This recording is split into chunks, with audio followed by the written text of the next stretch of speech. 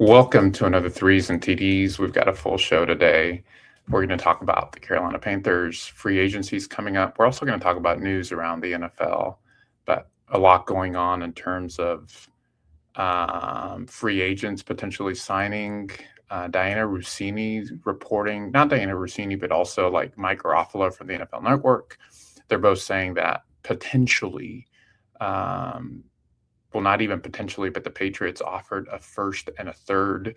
The Eagles said no to that. So the Eagles apparently want a first, a second, and a really good player. I've been saying all offseason that there was no way that Howie was going to part with, that Howie was going to part with just like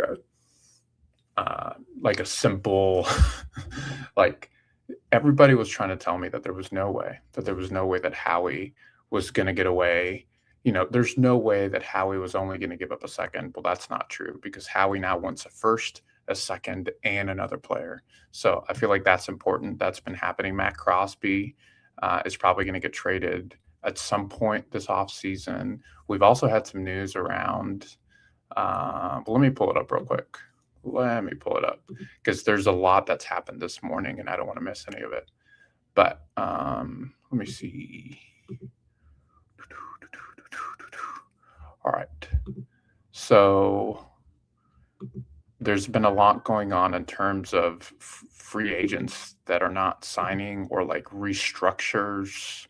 Like it's kind of wild. It's kind of wild if you ask me, but okay. So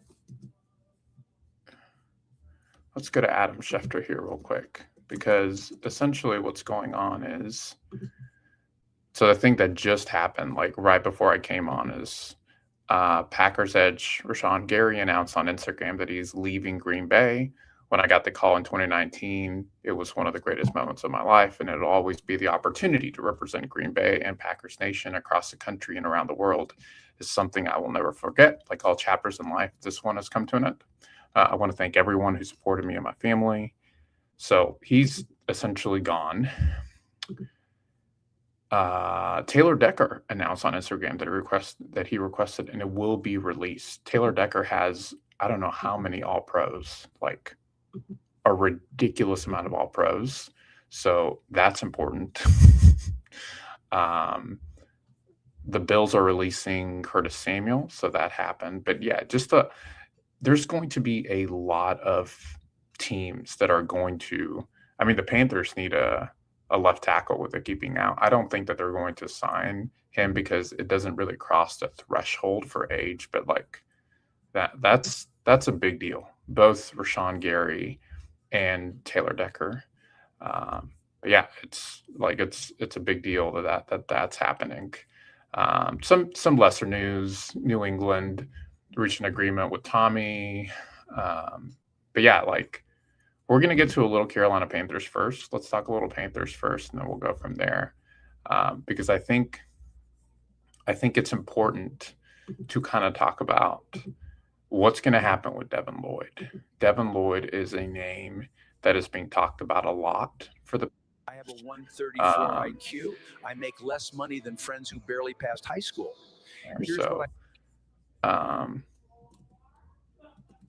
I have a 134 IQ. I make less money than friends who barely passed high school. Here's what. We are back. We're coming out with we're going defensive free agents. We're going to hit. So just a little context. The Panthers have been really interested in Devin Lloyd. A lot of our fans want us to get Devin Lloyd. The issue is now, and you're going to see here in a little bit, there have been multiple evaluators that are essentially saying, be careful with the Devin Lloyd contract. He's one of the most overvalued people. So this is what Nate is talking about here. I want to play this and then talk about it, and we'll go from there. A few of the guys that are going to get some top dollars, or depending on the position, medium dollars, maybe relative top dollars. And then we'll end with some under the radar guys. We're going to start with linebacker. Some of the interesting names out there. We got Devin Lloyd, Demario Davis, Quincy Williams, Caden Ellis, Alex Anzalone, Leo Chanel, Quay Walker, potentially Tremaine Edmonds, who, I don't think you could say Tremaine Edmonds without his year, how old he is. So it's like however old he is now, 27. He's still 19. Yeah, he's still 19. Yeah. He's still 21. He still can't drink yet. Bobby Okereke just got released by the Giants. Any of these guys, Chuck, that you kind of focus on? You think maybe there's a match, like a team that really makes a lot of sense for them? Somebody think is underrated, overrated, buyer beware, any of that sort with this group of linebackers? Man, I hate to sound like a hater, but I would give my buyer beware probably to Devin Lloyd. Because you have the early season barrage of interceptions, and it's just not fun to say in the moment. It's not Derek Brooks. Yeah, right. Like, okay, especially like when it's like someone else causes, pressure or a pass deflection, you kind of just happen to be in the right place at the right time. It's not fun to say in the middle of all this going on, this guy's, it's not that good, but you kind of got into a spot where if you were there and the ball was coming your way, you have to be standing there. Maybe you. So this is Charles McDonald, and Nate is about to agree with him, by the way, saying essentially that the Devin Lloyd stuff, people need to be careful with Devin Lloyd because Devin Lloyd has gotten. I mean, I've seen reports of him potentially getting like 20+ million for like four years. That would be. What is the Fred Warner contract? Like, let me just pull it up real quick. Like, let me pull up Fred Warner contract so Fred Warner signed a 3-year, $63 million extension with the 49ers, May 2025. So yeah, I'm not comfortable paying a guy like $20+ million.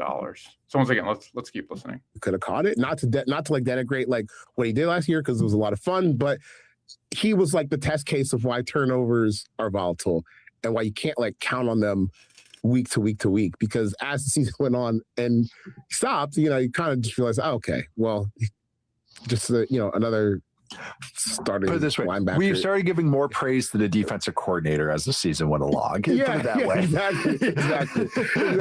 So that's a survivable loss, but his age, production. Mm-hmm. His background as like a highly talented college player. We all know that these things still weigh in negotiations. So I imagine that he gets a pretty penny this offseason.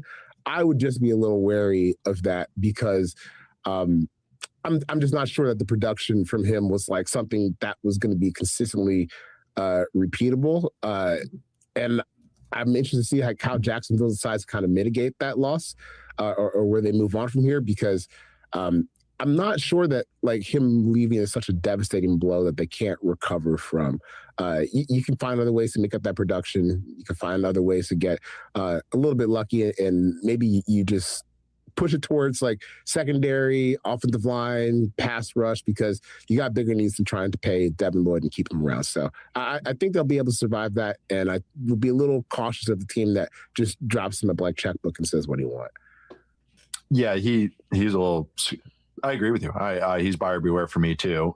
Not to say he's bad. It's just that his production might have been more scheme oriented, and also has been a guy that's kind of struggled with consistency and just kind of reading. So once again, like Nate Tice and Charles McDonald, and look, I know less about Charles. I know more about Nate Tice. When both of them are saying buyer beware, that means something to me. Like it means something to me when they're both saying, hey, just be careful. Be careful with this player. And once again, it's not that the player isn't good. Like the player is phenomenal, but we're talking about it like a Fred Warner kind of contract. Yeah, I'm not about that. The game out, getting lined up in the right spot. I thought this year was his best instance of that.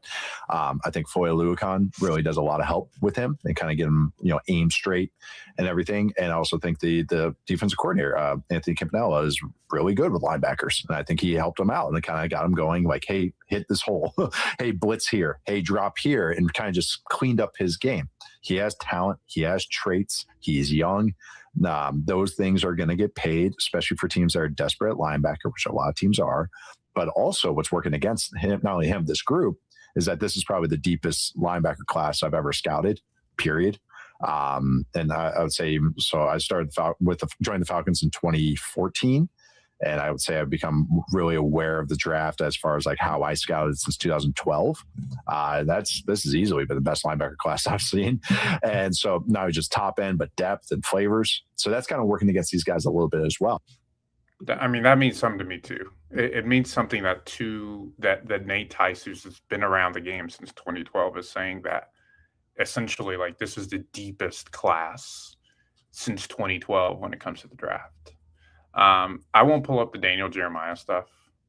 But Daniel Jeremiah also said something similar. And essentially he said that this class is the deepest that he's, I think, done since 2017. But then on top of that, it's also the idea that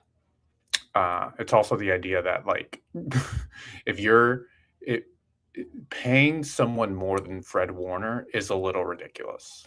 Paying someone more than Fred Warner is a little outrageous to me. So let me see if I can pull up what I specifically said here. But I just think we've got to be careful when we're talking about paying someone like overvalued.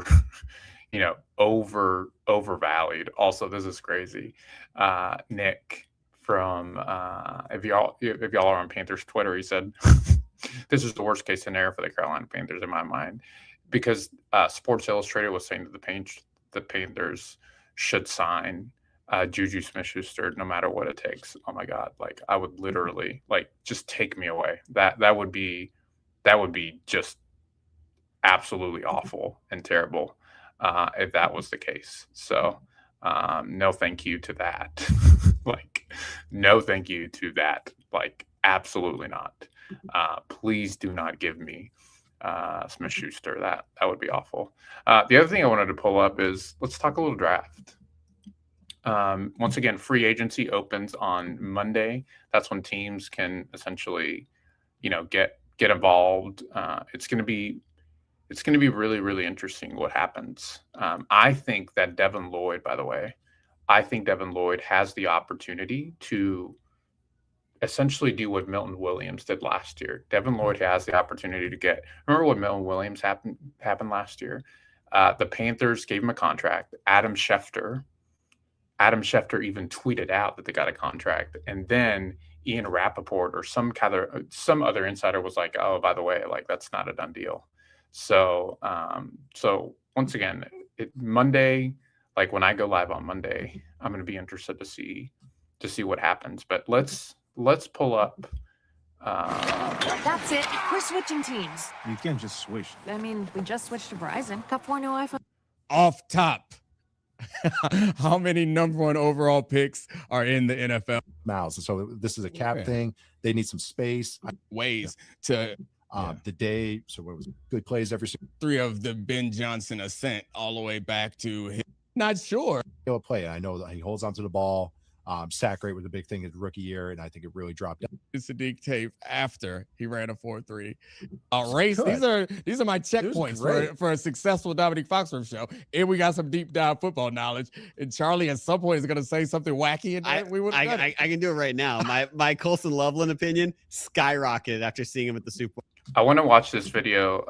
By the way, I pulled this video up earlier. And so Nate Tice and Dominique are essentially talking about some of their draft takes. And we haven't really talked too much about the NFL draft, but I want to kind of talk a little bit about what he says about Kenyon Sadiq here. And then we can talk together about like what that means. Well, you can just tell by the way he walks. I'm 100% multiple All-Pros in the future. Where are they just by putting his the gait. water in Idaho, by the way, because between him and Kenyon Sadiq coming out of Oregon, what's going on with these set me up with some draft takes. This is Dominique's hottest draft take. You got to just throw it out there. Which guy?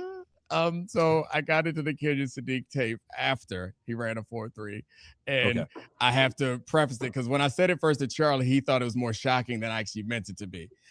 I saw his workout tape, and I started thinking like you can build an offense around this guy. And then I went back and watched the Oregon tape. It was nah. Yep. There you go. Yeah. There you go. And so that's it. I was like, look at this man. Wow. 4.3. And no one wears a uniform better. Yeah. It looks so cool. Then I saw the highlights where he got on the shoulders are like bulging the little out. Fisher Price shoulder pads, and he's just. I was like, oh my gosh, get him in the top 5. Then I went back and watched the tape. Oh, he's good. Yeah. Good. That's I, I like that they're talking about this because I feel like sometimes what happens with like after the combine, right? What happens after the combine is people see how a player tests. Like Kenyon Sadiq was ridiculous. The Kenyon Sadiq stuff was absolutely outrageous with how well he tested. He's going to be phenomenal. I mean, Stowers also tested phenomenally too. But then people got excited and people were like, oh, this is a first round guy. But I think it's important when we listen to people like Dominique or when we listen to people like Nate who are saying, and by the way, I'll be honest, like I don't have the all 22. I don't have the, I'm not watching the tape. I rely on people like Nate, like Matt Miller, like some of these guys that actually have the all 22 that talk about this. But like Kenyon Sadiq is, if Kenyon Sadiq would be lower, Kenyon Sadiq would be lower than Tyler Warren, and Kenyon Sadiq would be lower than Colston Loveland from last year. That it's important to know that. And Eli Stowers would also be lower than both of those guys. Like he wouldn't until this idea. Now, I did hear a report today that the Chiefs are interested in Kenyon Sadiq as their potential, like, the potential replacement for Kelsey. But anyways, let's keep listening. But I just think it's important because just because a guy tests well, and what we know about the tight end position, right? What we know about the tight end position is that like tight ends, like athletic testing does matter for tight ends because they're whether it's their blocking or their straight line speed, it does matter in terms of what happens. But yeah. That's exactly how I've got about it. I really like him, but I try to be realistic about it. I was watching him the same day that I was watching a lot of the pass rushers, and I was like, wonder if he could rush the passer. Look at all that explosion and athleticism. I wonder if he, I don't know. I might give him a couple snaps on dime, see if he could see what his been looking like. But yeah, that Can was you run my a game? draft pick. Can you run a twist? Yeah. I'm sure he could. Let's see that TE. I would love to see him try a hump move with those arms. I feel like I suspect that his arms are longer than. Also, don't know if this is important, but I feel like I should probably show y'all that Lamar Jackson just tweeted out. Let me see where Lamar is. Oh, I need to share this tab instead. My bad. Let me see where Lamar is.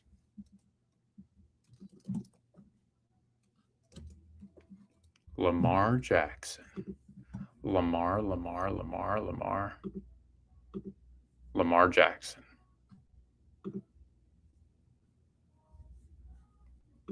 It might be nothing. It might be something. But he probably got some intel that something's going down. So I wonder if they're making a trade for Max. I wonder if something is happening in the works. I wonder if AJ's part of it. But we'll see. As soon as if there's a notification while the stream is going on, I'll show you guys what it says. But just something to be on the lookout for. Okay, let's keep listening to Nate and Dominique. Ruben Baines, he'll probably be all right. Which also not a hot take, which I'm sure you could guess for me as a football guy.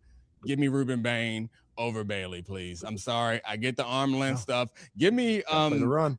Play the run. There we go. Give me Reese over both of them, though. All right, Arvell Reese over both of them. If you're asking me to draft right now, I agree with that. I think Ruben's going to be a better pro. And I think people are getting really carried away by the arm length conversation, and they forget that if you watch any of the highlights, Ruben is an absolute monster. And I was listening to the guys over at Substack, John, who does a lot of scouting. He thinks that Ruben is, and this is what he said, is he feels like Ruben is made for the modern NFL. Ruben is made for the modern NFL. In that, if you look at how Seattle brought pressure in the Super Bowl, they just kept coming. They kept coming and coming and coming and coming and coming and coming. And it didn't really matter how they were coming. They just kept throwing guys. And that's how Ruben plays. The way that Ruben Bain plays is just aggressiveness after aggressiveness after aggressiveness. And one of the comps they gave, which I think was a really good comp, one of the comps was Brandon Graham. and the other one was Harrison from the Steelers. And I think both of those comps work really, really well with what Ruben is trying to do, which is he might not be the most athletic guy ever. And one of the things that they said too was, and I don't want to show their stuff because it's behind a paywall and it's Substack, and I want to honor the fact that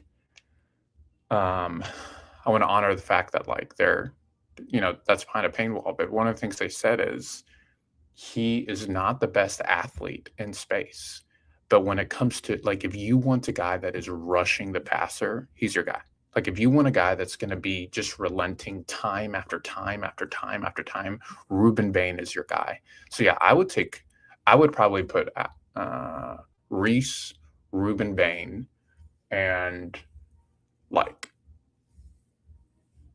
I guess Messidor and Bailey. I think Messidor is going to be, I know people are concerned. Now, there are teams that apparently aren't even looking at Messidor. There are teams that aren't even, like, are saying we're not even going to consider Messidor because of his injury history. But anyways, let's keep listening. I'm getting Reese first. He don't even play rush in, but I seen him blitz enough that I'm like, all right, that guy is so powerful and so small, or not small, so powerful for his size and so athletic. I want him first. Then it's Ruben Bain, and then it's Bailey. But yeah, it seems like you agree. I do. Bain to me is like Brandon Graham. I mean that in a very good way. Right. But just rugged. It's, I don't know. We're seeing how the league is right now. You got to defend the run. It's like and I get going after the passer. That's what gets you paid. It gets you paid and everything. But for 20 snaps a game, if you're a target for opposing offenses, not that I'm saying Bailey's weak against the run, but I would say he's average, and he tries, but average against the run in the Big 12 usually doesn't translate to good in the NFL, so I kind of trying to be we got realistic 4 viewers. I love Welcome, everybody. But I'm with Bain. I Bain a little, like, they're tiered the same, but Bain slotted above. We got 4 viewers on there. Welcome, everybody. Oh, we're down to 1 now. But I need to get an upgrade for StreamYard so I can see if y'all are putting comments in. But thank y'all for being here. I appreciate it. For that reason, because those are 20 snaps a game that he's going to be an impact player on. So I with Kenyon Sadiq, I refer to a Terp as my kind of comparison for him. Vernon Davis. Vernon was bigger, but same kind of speed where they're better on crossing routes and shot plays. You're not using them like Antonio Gates, where you're. The thing about Sadiq, and I want everybody to really understand this, I said it a few minutes ago, but like, this draft is going to give you quality starters. I've heard multiple draft analysts essentially say the same thing. This draft is going to give you multiple starters that are really, really good. But you're not, especially when we're talking about edges, when you're talking about Messidor or Bain or Reese or Bailey, or I don't know. I mean, some guy over at NFL Network had Zion Young at 19 to the Panthers, which would be a huge mistake. But like, these guys are not your Von Millers. They're not your Garretts. They are very, very good starters that are going to give you starter potential for 8-9 years. That's what they are. But they're not these crazy guys that are going to give you a ridiculous, like Hall of Fame career. I think that's important. Now, Daniel Jeremiah also said this thing. Let me find that Daniel Jeremiah tweet, because he said this thing that I think people forget about, which is, where are you at? Where are you at, Daniel? Where are you at, Daniel Jeremiah? Where are you at? Okay, let me share this tab instead. So Daniel Jeremiah had this tweet. It said, I see the sweet spot in this draft between 50 and 75. There are going to be a bunch of solid starters in that range. The edge rusher, cornerback, or wide receiver you get at 75 will be graded almost identically to the one you get at 45. I think that's really important. I think it's really important to remember that. Now, some guy yesterday kind of retweeted him and took screenshots of the fact that he's saying that in previous years. And Jeremiah's point was like, this is what happens every draft class. If you want to be like, look at the Seahawks and what they did in later rounds. If you can nail picks, your second round pick, your third round pick, and your fourth round pick, you're going to be good. If you can nail those picks, you're going to be really good. It's easy. I mean, in some ways, it's very, very easy to nail first round guys. If you're a Carolina Panthers fan, you have experience with this, with previous general managers. Just nail the first round pick. I mean, there's so many mock drafts. I'm not saying that we could all be general managers, but like the hit rate for first round picks, especially if you go in the top 10, it's pretty high. All you got to do is kind of listen to what the mocks are saying. It's a lot harder picks, rounds 2, rounds 3, rounds 4, rounds 5. Look at the Seahawks draft picks. Let's pull up the Seahawks draft picks. I mean, it's so let me make sure that this is being shared on StreamYard. But if you look at the Mariners and you look at what they, not the Mariners, I'm sorry. If you look at the Seahawks, Greg Zabel. All right, that was the first round. Great. He played great. Nick Arroyo, Jalen Miller. So Jalen was a developmental guy. Riley Mills, Torrey Horton did some really good things for them. And then you got Christian Haynes, 9. AJ Barner. AJ Barner showed up huge in the Super Bowl. AJ Barner was a 4th round pick. AJ Barner was a 4th round pick. That's crazy. He had a he was great. Derek Hall. I know that Zach was hurt, but in 2023, Zach Charbonnet, Cameron Young, all of these guys played really, really well. Maya is going to be a free agent in 2022. Like, the way that you win drafts is not by being really, really good in the first round. The way you win drafts is you are consistent in rounds 2, 3, 4, 5. That's how you win drafts.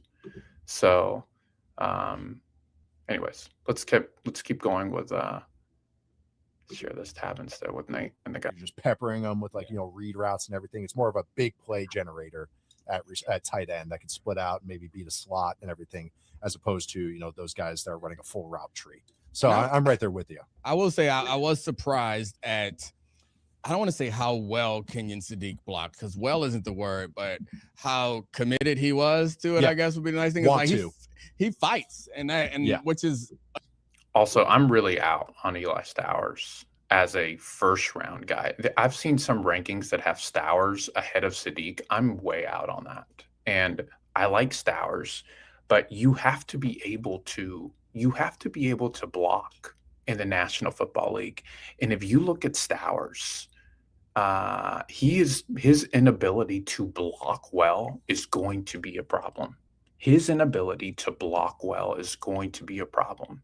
And if you're saying, hey, why don't you just play as a slot? Or hey, why don't you play as the Z? Or hey, why don't you, if you're drafting Stowers as the third option, then I can see that. Like, I can see it if you want Stowers as a third option. The teams aren't drafting Stowers as third option.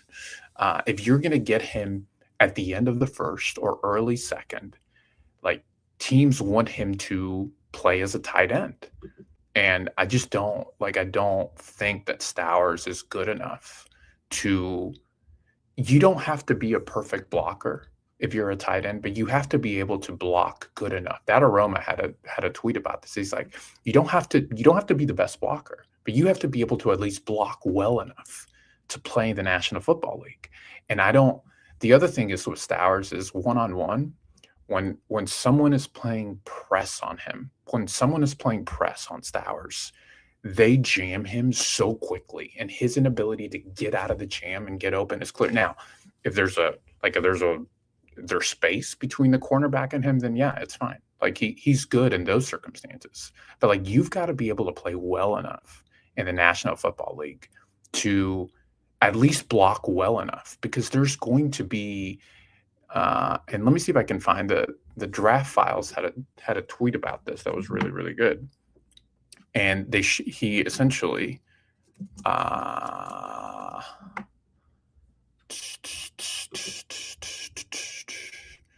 right, let me share this tab instead. Let me make sure we're all on here. And essentially what he was saying was,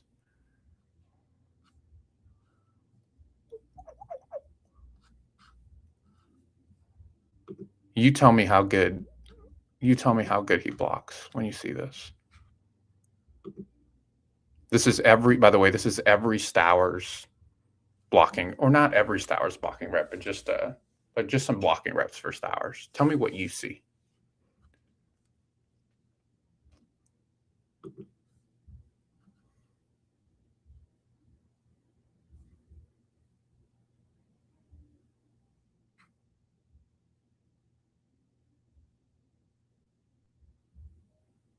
I mean, that rep isn't bad.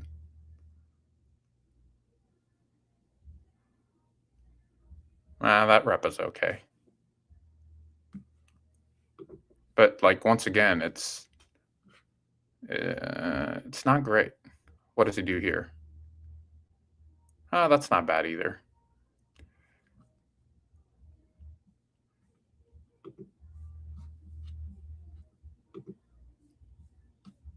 He says here, I like posting film without a personal opinion attached because the replies and RTs and the quote RTs immediately become a vignette for draft Twitter's insane differences of opinion. Anyway, Stowers can block in line, and the NFL will probably be between Kincaid and Gesicki on this chart.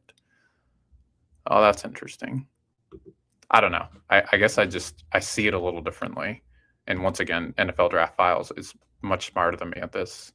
But like, my personal opinion is that I don't think Stowers is going to be like good enough to be able to do this well. But we'll see. We'll see what happens. I would, if I was, my team is the Panthers, but if I was any general manager, I wouldn't want to take Sadiq or Stowers in the first round. I just would not want to take either of those guys in the first round. I would be much more interested in taking them in later rounds because I just get really, really concerned with what's going to happen with them. There's other needs. You can get tackles, you can get wide receivers. By the way, Jordan Tyson, it looks like there's a lot of, if you look at Dane Brugler's latest mock, it looks like, and the reason I like Dane Brugler stuff is because Dane's pretty connected, but like, let me see if I can pull it up. But Dane thinks that there's going to be a lot of teams that pass on Jordan Tyson because there's going to be a lot of teams that pass on Jordan Tyson, and I think it's probably going to be what happens because of his medicals. Albert Breer also, if we can pull up Albert Breer stuff, I wanted to see if we could talk about Albert Breer and what he said, because he had a mailbag today, and there's a lot of good nuggets. He's really like in the know when it comes to the league. But look at what Albert said. Oh, it's not sharing it.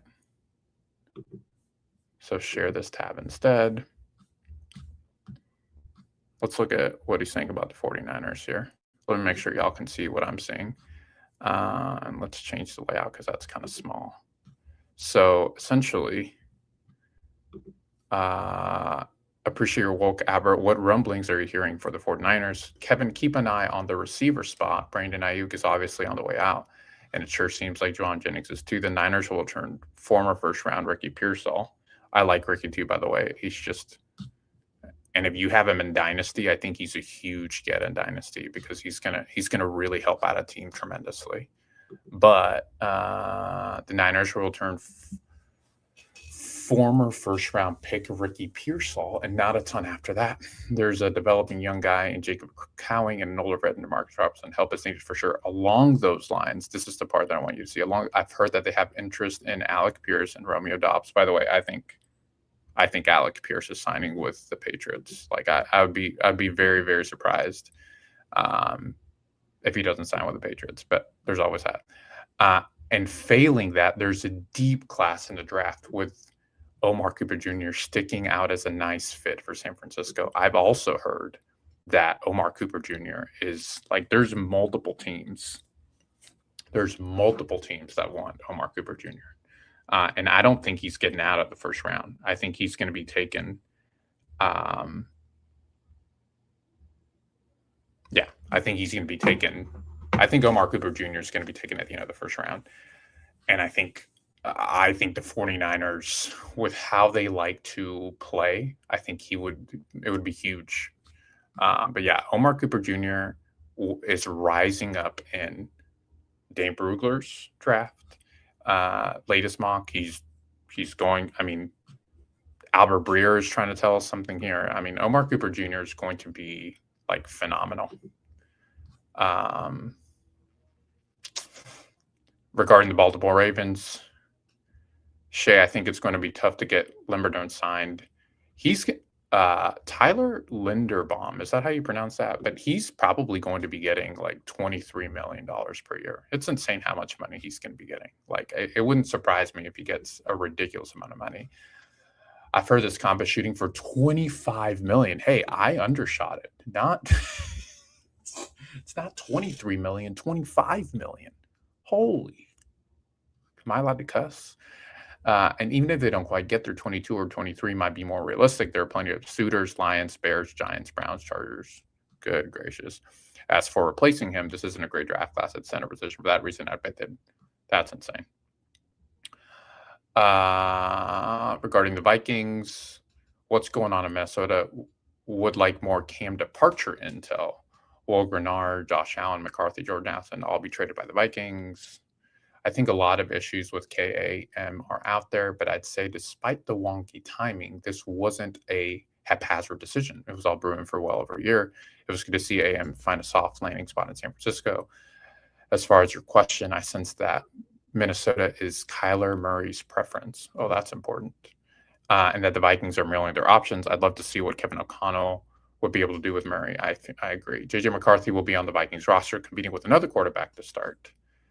Yeah, I think Kyler landing in Minnesota would probably be the best for him. I mean, it's clearly the best in terms of like the offense, right? Like, that's talk about like an offensive minded coach. And one of the things I heard is, I think it was Nate Tice or somebody else. It's with the way that when Kyler was with the Vikings, he would just throw go balls, right? Like, it was just a go ball after go ball after go ball. That would, I mean, talk about Justin Jefferson in fantasy football, or just Justin Jefferson in general. I mean, Justin Jefferson really struggled last year, and that's because he didn't have anybody to throw it to. So, yeah, I like that. I mean, I like that fit a lot. I think that would be like a really, really, really, really good fit. What is a big Bears splash, if there is one? Do they target Linderbaum, or do they go after an edge like Hendrickson or Crosby? Hunter, they already dealt away DJ Moore and have put Trayman Edmonds out there. These are moves to clear cap space in the cash budget, allowing the Bears to work on getting some other guys under 10. Two players that I've heard is Max Crosby and Tyler Linderbaum. So maybe that eyes open Lamar thing was for. Can you imagine Max with the Ravens? I mean, they need everything I've heard about Baltimore essentially says that they really need offensive line and defensive line help. I think that's the big thing, right? So now I think they don't just need edge help. I think they need interior offensive line help and interior offensive line help and interior defensive line help. So that's pretty interesting. The Chiefs, I don't know if y'all saw this on Twitter, but I saw that Kevin K9, so Kevin Walker, I mean, the Chiefs are really interested in him.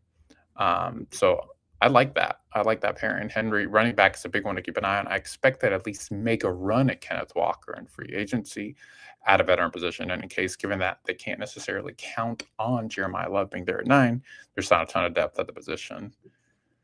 So pretty interesting stuff there. The other things too, and I know that like not everybody loves Ricky.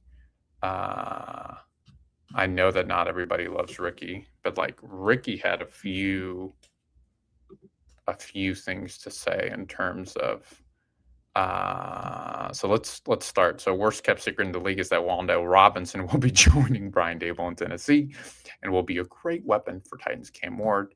We already knew that. We actually talked about that yesterday, that was probably what was going to happen in terms of where Wan'Dale was going to end up. So nothing new there. Been a great month for Patriots. Not a political tweet, and the spirit should continue as the Patriots are going to throw a bag at Alex Pierce. Will he take his place in a long line of gritty, gym rat, scrappy, lunch pail wide receivers that have called Foxborough home? I also saw that Albert Breer was talking about this, and apparently Mike Bravel's best friend was the coach for where Pierce, in Cincinnati. So I mean that's kind of a big deal. If I had to put money on it, I'm pretty sure Pierce ends up in. I mean, if I had to put money, I'm pretty sure Pierce ends up over there. So, what else?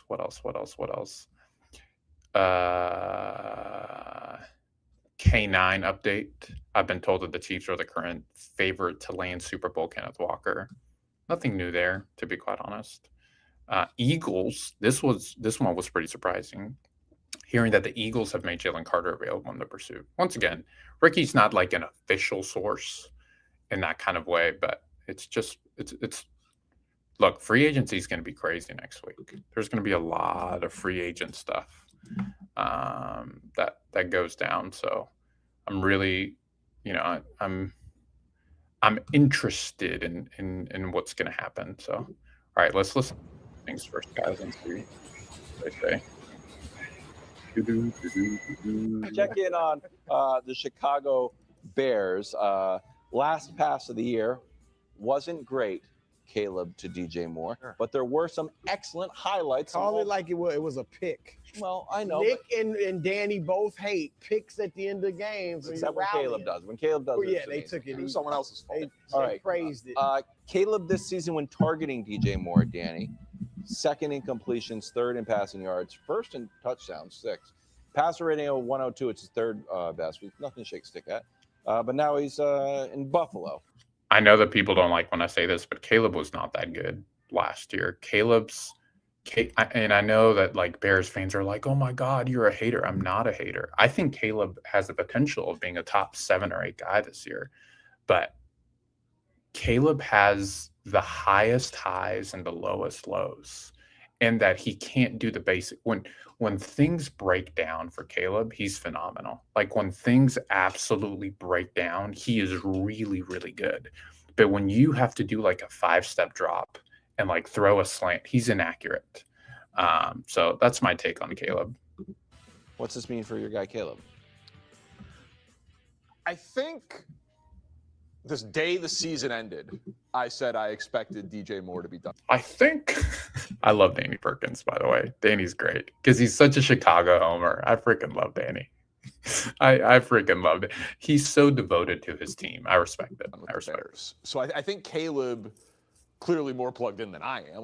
He's been expecting this. This was pretty telegraphed based on, yes, some of it was relationship based, but I think that was really overblown. I think it's young quarterback coming into the league, 2 systems in 2 years. He gets drafted with his friend Rome Odunze, so they have the better chemistry at the beginning. Yeah. And then Ben Johnson comes in. They draft Burden and Loveland. Those guys, Loveland is Ben Johnson's first pick, so he's a focal point early. Rich Ebar said this, and for those of y'all that play fantasy football, I am buying so much stock into this offense. You have, outside of McVay and maybe Shanahan, the greatest offensive mind in the game. You have Colson Loveland, who absolutely tore it up at the end of the regular season, and Luther Burden, who tore it up at the end of. I mean, it's by everybody on Chicago, except Caleb, because I don't think Caleb's going to do great. I think Caleb's going to be fine, but I think for value reasons, I wouldn't get Caleb. And DJ Moore, just for whatever, still good, still talented, still tough, still had big moments, but he got a little lost in the shuffle in terms of chemistry with Caleb.